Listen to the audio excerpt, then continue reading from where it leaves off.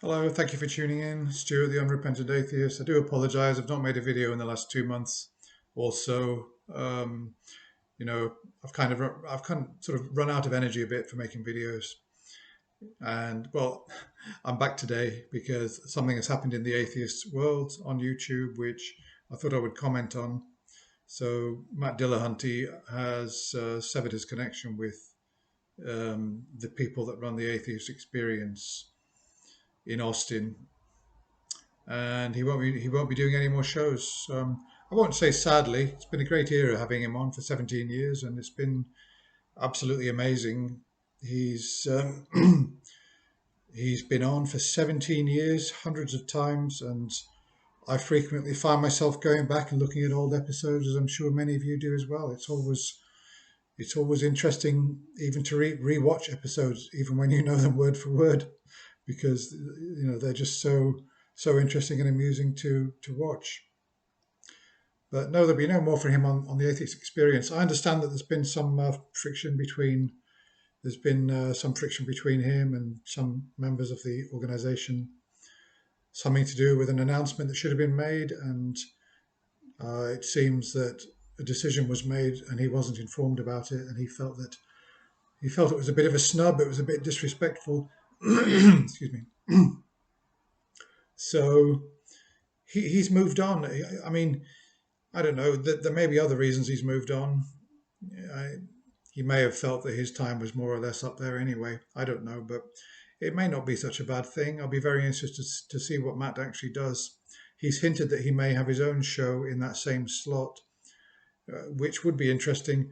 I must say, looking at the viewing figures for the Atheist Experience, even when Matt is on, you can see that there's a bit of a downward trend. It certainly is not a show which is gaining in popularity, even when Matt is on it, and when he's not on it, I've noticed that the viewing figures are lower.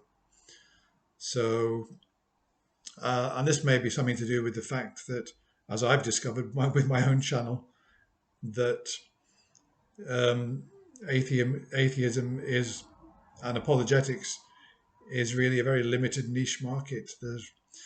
There are relatively not many of us out there who want to watch these shows. It's If you think about how many people watch YouTube, and the average atheist experience show gets about, I don't know, 20,000 views after a week, and after several weeks, maybe 30,000 views, and a year later, that same show has kind of got 35,000 views to it. Some of the older shows were actually far more popular. If you look back at some of the early shows and clips, they've got like 150,000 views. So um, it doesn't look to me like it's an organization which is growing, and this is a problem for Matt as well, because unlike me, he's got no other way of making a living. Now he's a clever, very resourceful chap, and I'm sure that he could go into something and do well in it.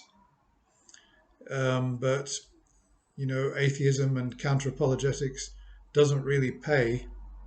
And I know that he said he only recently monetized his own channel. Well, um, if you didn't know, the monetization side of it brings in approximately, from sources which I've looked into, $1 per thousand views. So if you've got a video with say 30,000 views on it, you've got $30,000. Oh, sorry, I apologize. If only you've got $30. Yeah, you've got 30,000 views. You've got $30, which is barely enough to buy a pair of extra hot burritos. So it's not going to get you far. And I think that Matt realizes this, that he's not going to be able to make a living out of monetizing his channel. And even if he has another competing show with the Atheist Experience, it's really going to bring him in not much more than pocket money. So he's got his Patreon. People are contributing and giving him money that way. I don't know how much money that brings him. I can't imagine that it brings him a great deal of money. And of course, he has his appearance money, but again, um, you've got hotel fees, you've got travel fees to pay, and it's quite costly to kind of travel around and do these things. And I mean, they don't happen every week. So if he does one of those a month, or one every 2 weeks, even, it's not. I mean, it's like Matt has previously said. This does not pay. It's not. It, it can't be easy for him to get the money together out of his counter apologetics and his shows that he does, and he's been getting no money from the Atheist Experience. So if we, I mean, counter apologetics doesn't pay. Christianity pays. If you go and look at how many views some of the big apologists, are getting in the Christian channels, it runs into hundreds of thousands, sometimes millions of views. So, Christianity pays, but counter Christianity, counter apologetics, no, it doesn't really pay. It's a limited market, and there's very little money available in it. So,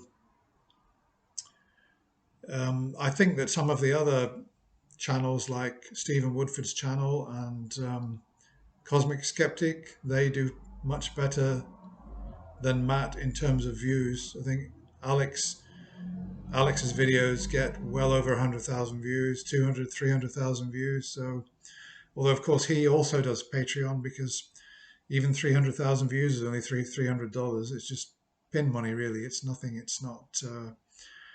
It's not enough to make a living out of. And I mean, if I had a big channel and I had the same, and I had to give up my, I've got an eBay business. That's how I make my money. If I had to give up my business and this channel suddenly went somewhere and I had 300,000 views per video, it still would, for me, be nowhere near enough to support me. So, but if you're a full-time apologist, a counter-apologetic, then somehow you've got to make it pay. And I hope that Matt can make it pay, because there certainly is not much money in it. And again, writing books, you can write books. You're much better off writing a book and pretending that, if you went into a coma and you woke up, you pretended that you saw Jesus, and you were an atheist, and now you're a Christian. You could build a channel and you could build a real living out of that. As some have. There have been some. There was a neurosurgeon, I made a video about him. He was in a coma, and when he woke up 2 months later, he wrote a book saying that he'd been to heaven and back, and he's become a bestseller. Yeah, that pays. If you're prepared to tell lies, then that's fine. But most of us in counter apologetics, we're more interested in the truth than making money. So, not really much more to say. Obviously, I wish Matt luck, and I look forward to seeing what he's going to do. I watched him today on the Hang Up, and there were several. This is one problem, actually, with the Hang Up and some of the other shows that he does. The problem is predominantly atheist people who are watching it. And that means those who are phoning in tend to be atheists, which, firstly, I find it boring. It's one of the reasons why I've never phoned the Atheist Experience. I've got nothing to say to Matt, because, I mean, I agree with him, and I wouldn't want to waste people's time listening to me agree with Matt that atheism has got all the, arguments, has got all the right arguments. It's a waste of time, me doing that. And I'm interested in seeing theists call in, theists who really care about their beliefs and want to defend them. I'm interested in seeing some real conflict in apologetics, in the debate. That is why I often go back and watch the old videos, because when most of the audience for the Atheist Experience was coming from this local television channel, public access or whatever they call it, lots of unprepared Christians who really cared about their beliefs were calling in. And that's what made it such a fun show, because people were phoning in and saying, well, what do you believe? Do you believe in God? And they would say, no, we don't believe, no, we don't believe in God. No God? Why, man, that's insane.